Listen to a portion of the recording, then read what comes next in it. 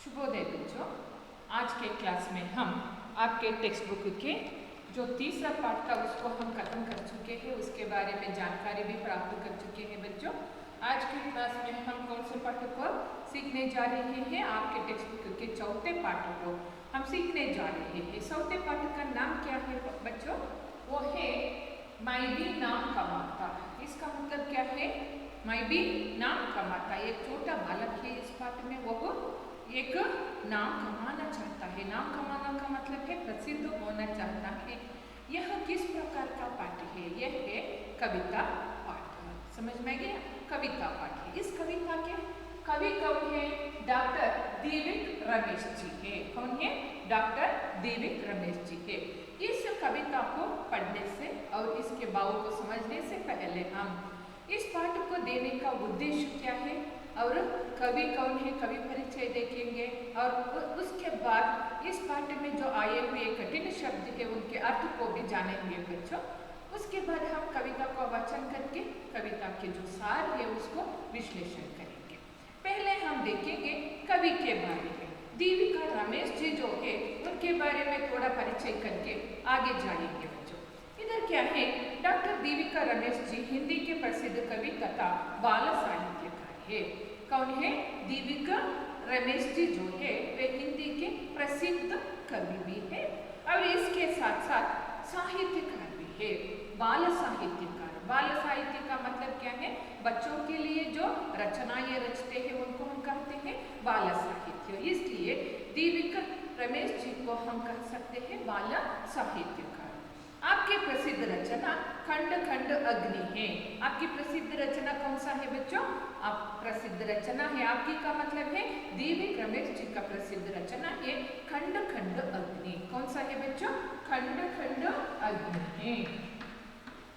खंड खंड अग्नि।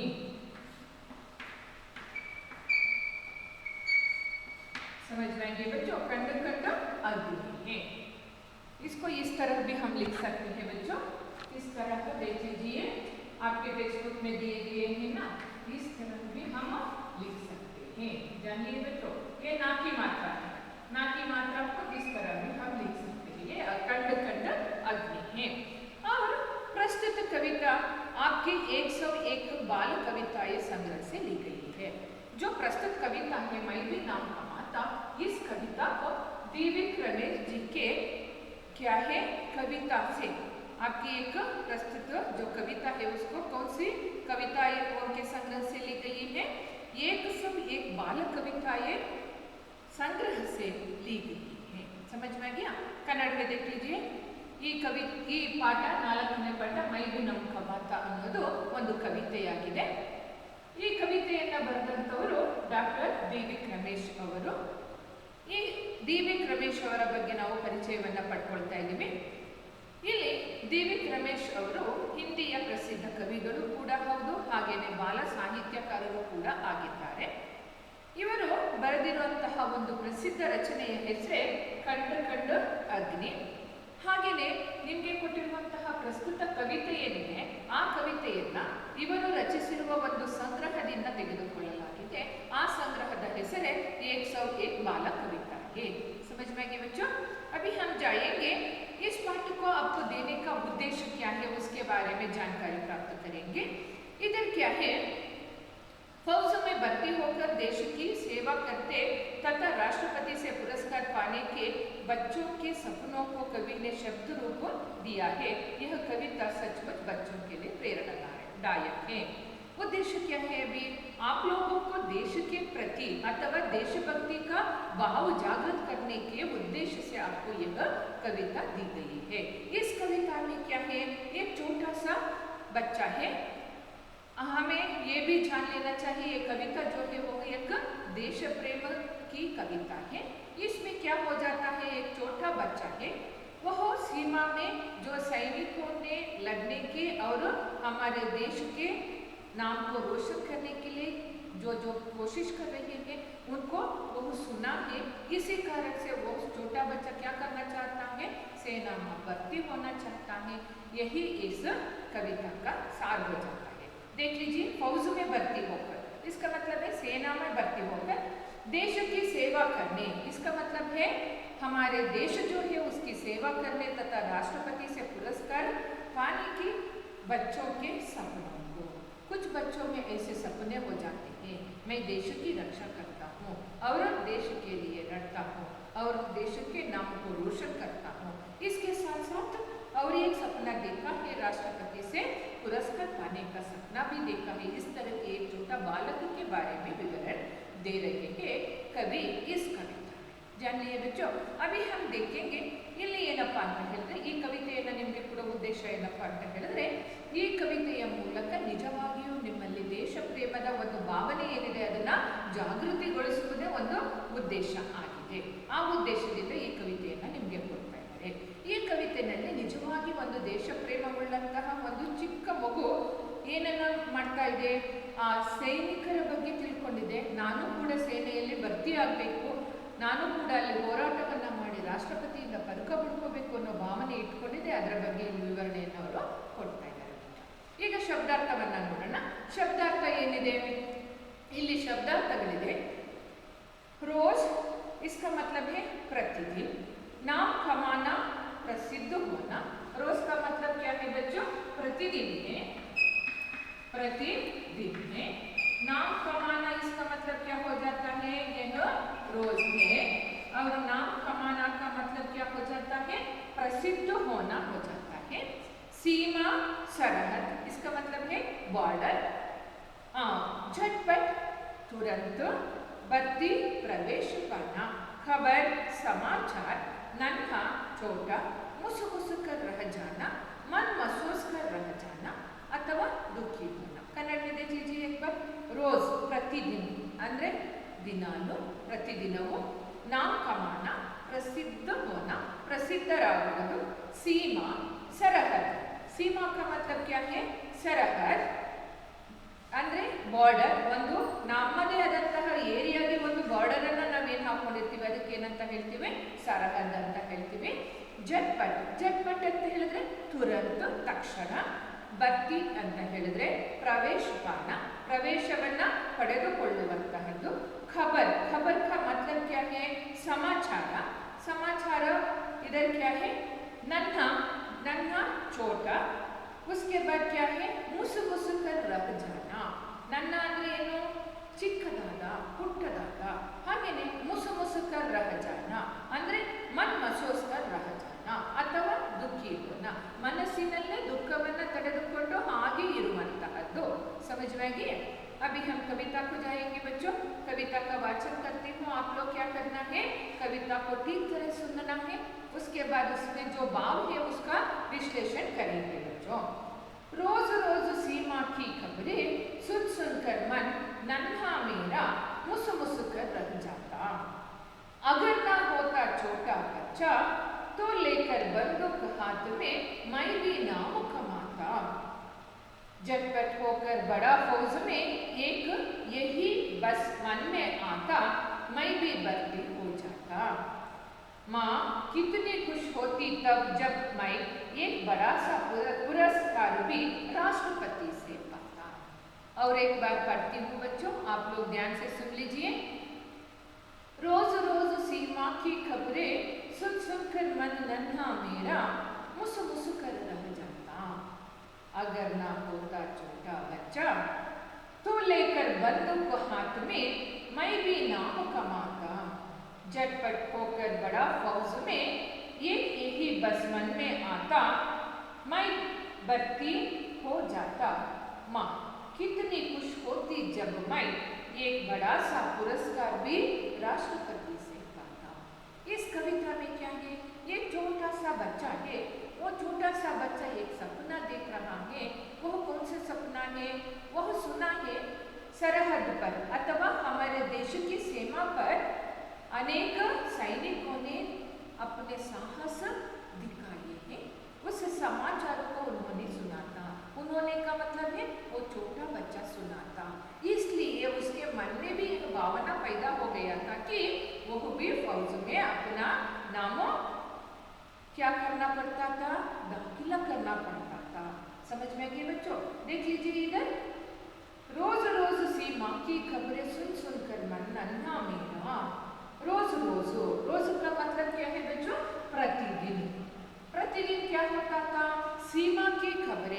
की मतलब है सरहद, बॉर्डर पे जो चल रहा है, हमारे देश के सरहद पर जो सैनिक लोग लड़ रहे हैं देश के लिए, उस खबर को वो छोटा बच्चा सुना था।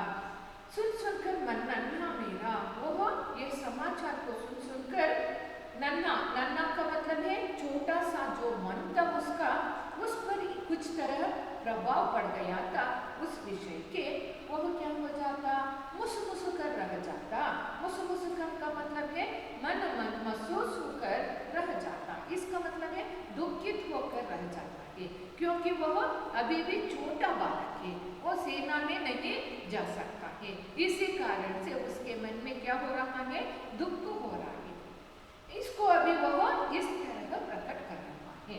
कन्नड़ में देखेंगे बच्चों, रोजु रोजु, इसका मतलब है ದಿನ ದಿನವೂ ಸೀಮಾ ಕಿ ಖಬರೆ, ಅಂದರೆ ಸರಹದ್ದಿನಲ್ಲಿ ನಡೆಯುವಂತಹ ಸಮಾಚಾರವನ್ನ ಸುನ್ಕರ್ ಕೇಳಿ ಕೇಳಿ ಮನ ನನ್ನ ಮೇಲ, ನನ್ನ ಪುಟ್ಟದಾದಂತಹ ಮನಸ್ಸು ಮುಸುಕರ್ ರಹ ಜಾತಾ, ಅಂದರೆ ದುಃಖವನ್ನ ಹಾಗೆ ತಡೆದು ಹೋಗ್ತಾ ಇದೆ, ಮನಸ್ಸು ಹಾಗೆ ಉಳ್ಕೊಂಡ್ಬಿಡ್ತಾ ಇದೆ. ಯಾಕೆ ಅಂತ ಹೇಳಿದ್ರೆ, ನಾನಿನ್ನೂ ಚಿಕ್ಕ ಬಾಲಕ, ನಾನು ದೊಡ್ಡವನಾಗಿದ್ರೆ ನಾನು ಕೂಡ ಸೇನೆಯಲ್ಲಿ ಹೋಗ್ತಾ ಇದ್ದೆ, ನಾನು ಚಿಕ್ಕವನಾಗಿದ್ರೆ ಇದಕ್ಕೆ ಸಮಸ್ಯೆ ಆಗ್ತಿದೆಯಲ್ಲ ಅಂತ ಹೇಳಿ ಆ ಮಗು ದುಃಖವನ್ನ ವ್ಯಕ್ತಗೊಳಿಸ್ತಾ ಇದೆ. अगर ना होता छोटा बच्चा तो लेकर बंद खात में मैं भी ना कमाता, उसके मन में यह भी भाव पैदा हो रहा है, क्या है, अगर मैं छोटा बालक नहीं होता तो क्या करता था, बंदूक को लेकर हाथ में मैं कहाँ जाता था, हमारे देश के सीमा पर जाता था, उधर जाकर शत्रुओं से लड़ता था और नाम भी कमाता था। इस तरह वो बच्चा अपने भाव को प्रकट कर रहा है। कन्नड़ में देखिए, अगर ना होता छोटा बच्चा, ನಾನು ಒಂದು ವೇಳೆ ಚಿಕ್ಕ ಮಗು ಆಗಲಿಲ್ಲ ಅಂತ ಹೇಳಿದ್ರೆ ನಾನೇನ್ ಮಾಡ್ತಾ ಇದ್ದೆ, ಬಂದೂಕವನ್ನ ಕೈಯಲ್ಲಿ ತೆಗೆದುಕೊಂಡು ನಾನು ದೇಶದ ಗಡಿ ಭಾಗಕ್ಕೆ ಹೋಗಿ ಅಲ್ಲಿ ಏನ್ ಮಾಡ್ತಾ ಇದ್ದೆ, ಯುದ್ಧವನ್ನ ಮಾಡೋದಕ್ಕೆ ಹೋಗ್ತಾ ಇದ್ದೆ, ಯುದ್ಧದಲ್ಲಿ ಜಯ ಗಳಿಸಿ ಹೆಸರನ್ನ ಗಳಿಸ್ಕೊಳ್ತಾ ಇದ್ದೆ, ನಾಮ ಮಾತ ಅಂದ್ರೆ ಕೀರ್ತಿಯನ್ನ ಗಳಿಸ್ಕೊಳ್ತಾ ಇದ್ದೆ, ಯಶಸ್ಸನ್ನ ಗಳಿಸ್ಕೊಳ್ತಾ ಇದೆ ಅಂತ ಅವರು ಹೇಳ್ತಾ ಇದೆ। बाद में झटपट होकर बड़ा फौज में एक यही बस मन में आता, मैं भर्ती हो जाता। झटपट का मतलब क्या है, तुरंत। झटपट का मतलब क्या है बच्चों, तुरंत। तुरंत का मतलब है जल्दी, जितना हो सके उतना जल्दी। बड़ा होकर मैं बड़ा हो जाऊंगा और क्या करूंगा, फौज में मेरा नाम को भर्ती कराऊंगा। यही बस मन में आता, यह भाव जो होता है मैं बड़ा होने का, यह मेरे मन में आ जाता है। और उसके बाद क्या करता मैं, जब मैं बड़ा हो जाता हूँ तब मैं भर्ती हो जाता, कहाँ, सेना पर अथवा सेना में। भर्ती हो जाना का मतलब क्या है, प्रवेश पाना। समझ में गया, क्या है भर्ती होना, प्रवेश पाना, जान लिए। अभी क्या है, झटपट होकर, झटपट का मतलब क्या है, तुरंत, जल्दी, ತಕ್ಷಣವೇ ಏನ್ ಮಾಡ್ತಾ ಇದ್ರಿ, ನಾನು ದೊಡ್ಡವನಾಗ್ಬಿಟ್ಟು ಫೌಜ್ ಮೇ, ಫೌಜ್ ಅಂತ ಹೇಳಿದ್ರೆ ಸೈನ್ಯ, ಸೈನ್ಯದಲ್ಲಿ ಹೋಗಿ ನಾನು ಸೇರ್ಕೊಳ್ಬೇಕು, ಏಕೆ ಬಸ್ ಮನ್ನೆ ಅಂತ, ಇದೇ ಒಂದು ಭಾವನೆ ನನ್ನ ಮನಸ್ಸಿನಲ್ಲಿ ಮೂಡಿ ಬರ್ತಾ ಇದೆ। ಈ ಭಾವನೆ ನನ್ನನ್ನ ಏನ್ ಮಾಡ್ತಾ ಇದೆ, ಈ ಕ್ಷಣವೇ ಯುದ್ಧ ಭೂಮಿಗೆ ಹೋಗು ಅನ್ನೋ ರೀತಿಯಲ್ಲಿ ಪ್ರಚೋದನೆಯನ್ನ ನೀಡ್ತಾ ಇದೆ। ನಾನು ತಕ್ಷಣವೇ ದೊಡ್ಡವನಾಗ್ಬಿಟ್ರೆ, ಈ ಕ್ಷಣವೇ ಬಂದೂಕವನ್ನ ಹಿಡ್ಕೊಂಡು ಕೈಯಲ್ಲಿ ಸೀಮಾಗೆ ಹೋಗಿ ಅಥವಾ ನಾವು ಗಡಿ ಭಾಗಕ್ಕೆ ಹೋಗಿ ನನ್ನ ಹೆಸರನ್ನ ಅಲ್ಲಿ ನಾನು ದಾಖಲಿಸಿಕೊಳ್ಳುತ್ತೇನೆ, ಅಂದ್ರೆ ಪ್ರವೇಶವನ್ನ ಪಡ್ಕೊಳ್ತೀನಿ ಅಂತ ಹೇಳಿ ಆ ಮಗು ತನ್ನ ಭಾವನೆಯನ್ನ ವ್ಯಕ್ತಗೊಳಿಸಿಕೊಳ್ತಾ ಇದೆ। बाद में माँ कितनी खुश होती जब मैं एक बड़ा सा पुरस्कार भी राष्ट्रपति से पाता। उसके मन में केवल देश को रक्षा करने के ही नहीं और नाम कमाने के ही नहीं, उसके अलावा और भी एक कामना है, वो है राष्ट्रपति से पुरस्कार पाने की कामना है, इच्छा है ना। इसलिए वो छोटा बच्चा कह रहा है, माँ कितनी खुश होती जब मैं एक बड़ा सा पुरस्कार भी राष्ट्रपति से पाता। इधर क्या है, माँ की खुशी का भी वर्णन कर रहा है, वो बोल रहा है और राष्ट्रपति से भी पुरस्कार पाना चाहता है, माँ को भी खुश रखना चाहता है। माँ कितनी खुश होती, जो भी हर एक बच्चों के माँ अपने बच्चों के कार्यों को देखकर, अच्छे कार्यों को देखकर खुश हो जाती है। इसी भावना से ये छोटा सा बच्चा, जब मैं राष्ट्रपति से पुरस्कार लेता हूँ तब हमारी माँ बहुत खुश हो जाती है, इस तरह वो सोच रहा है। देख लीजिए, माँ कितनी खुश होती। कन्नड़ में अम्मा ಎಷ್ಟೊಂದು ಸಂತೋಷವನ್ನ ಪಡ್ತಾಳೆ। खुश होना का मतलब क्या है बच्चों? प्रसन्न होना। क्या है? प्रसन्न होना। ಅಮ್ಮ ಎಷ್ಟೊಂದು ಪ್ರಸನ್ನಳಾಗ್ತಾಳೆ ಯಾವಾಗ ನಾನು ರಾಷ್ಟ್ರಪತಿಯವರಿಂದ ಪುರಸ್ಕಾರವನ್ನ ಪಡ್ಕೊಂಡ್ರೆ ನಮ್ಮಮ್ಮನಿಗೂ ಕೂಡ ತುಂಬಾ ಖುಷಿಯಾಗುತ್ತೆ ಅನ್ನೋದನ್ನ ವ್ಯಕ್ತಪಡಿಸ್ತಾ ಇದ್ದಾರೆ। ಯಾವಾಗ ರಾಷ್ಟ್ರಪತಿಯಿಂದ ಪುರಸ್ಕಾರ ಸಿಗುತ್ತೆ? ಯಾವಾಗ ನಾನು ಹೋಗಿ ದೊಡ್ಡವನಾಗಿ, ತಕ್ಷಣವೇ ದೊಡ್ಡವನಾಗಿ ಕೈಯಲ್ಲಿ ಬಂದೂಕವನ್ನ ಹಿಡ್ಕೊಂಡು ನಾನು ದೇಶದ ಗಡಿಭಾಗಕ್ಕೆ ಹೋಗಿ ಅಲ್ಲಿ ನನ್ನ ಹೆಸರನ್ನ ದಾಖಲಿಸಿಕೊಂಡು ದೇಶಕ್ಕೋಸ್ಕರ ನಾನು ಹೋರಾಟವನ್ನ ಮಾಡಿ ಅಲ್ಲಿ ಜಯ ಗಳಿಸಿಕೊಂಡು ಹೆಸರನ್ನ ಪಡ್ಕೊಂಡು ಕೀರ್ತಿಯನ್ನ ಪಡ್ಕೊಂಡು ನಂತರ ರಾಷ್ಟ್ರಪತಿಯವರಿಂದ ನಾನು ಪುರಸ್ಕಾರವನ್ನ ಪಡೆದ್ರೆ ಆ ಸಂದರ್ಭದಲ್ಲಿ ನನ್ನ ಮನೆಗೆ ಬಹಳ ಖುಷಿಯಾಗುತ್ತೆ ಅನ್ನೋ ಒಂದು ವಿಚಾರವನ್ನ ಆ ಮಗು ಇಲ್ಲಿ ವ್ಯಕ್ತಪಡಿಸಿಕೊಳ್ತಾ ಇದೆ। समझ में गए बच्चों? और एक बार पूरे पद कविता के बारे में मैं विवरण देती हूँ। इधर क्या है बच्चों? ये छोटा सा ಒಂದು ಚಿಕ್ಕ ಮಗು ಇದೆ।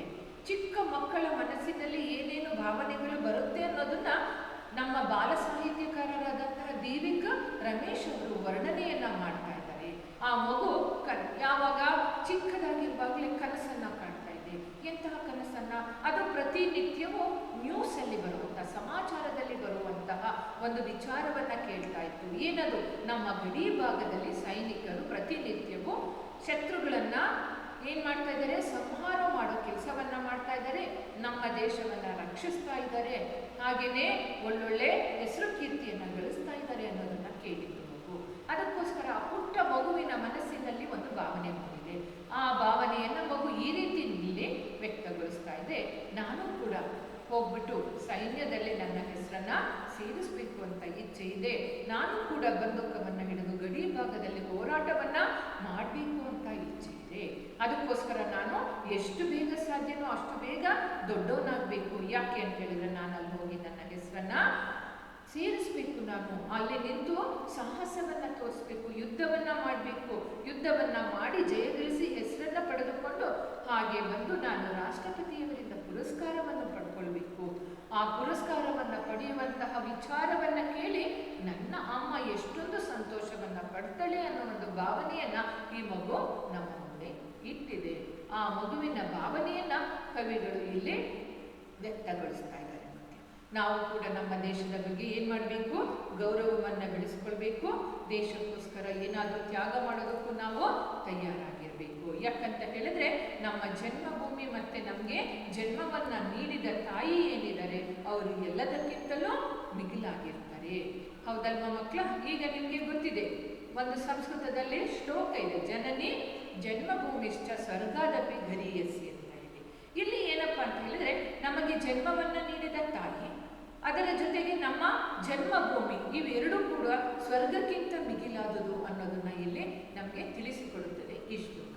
ಹಾಗಾಗಿ ನಾವು ನಮಗೆ ಜನ್ಮ ನೀಡಿದ ತಾಯಿಗಾಗಿ ಮತ್ತೆ ನಮ್ಮ ಜನ್ಮಭೂಮಿಗಾಗಿ ನಾವು ನಮ್ಮನ್ನು ಬಲಿಯನ್ನ ಕೊಡೋದಕ್ಕೂ ಕೂಡ ನಾವು ಸಿದ್ಧರಾಗಿರ್ಬೇಕು। ಆಗ ಮಾತ್ರ ನಾವು ಆ ದೇಶದ ಉತ್ತಮ ನಾಗರಿಕರಾಗೋದಕ್ಕೆ ಸಾಧ್ಯ।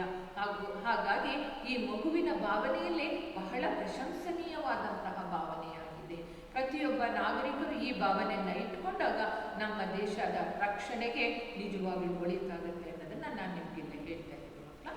यहाँ तक हम इस कविता को पढ़े हैं, वाचन कर चुके हैं। आप लोग भी क्या करना है? इसका वाचन करना है अच्छी तरह से, सुंदर उच्चारण के साथ आप लोग वाचन करना है। इसके भाव को हम इधर विश्लेषण कर चुके हैं बच्चों। आप लोग पढ़ने के बाद इसमें जो छिपे हुए भाव को समझ लीजिए। अगले क्लास में हम अभ्यास के जो प्रश्न है उसके साथ आ जाएंगे। वहाँ तक धन्यवाद बच्चों।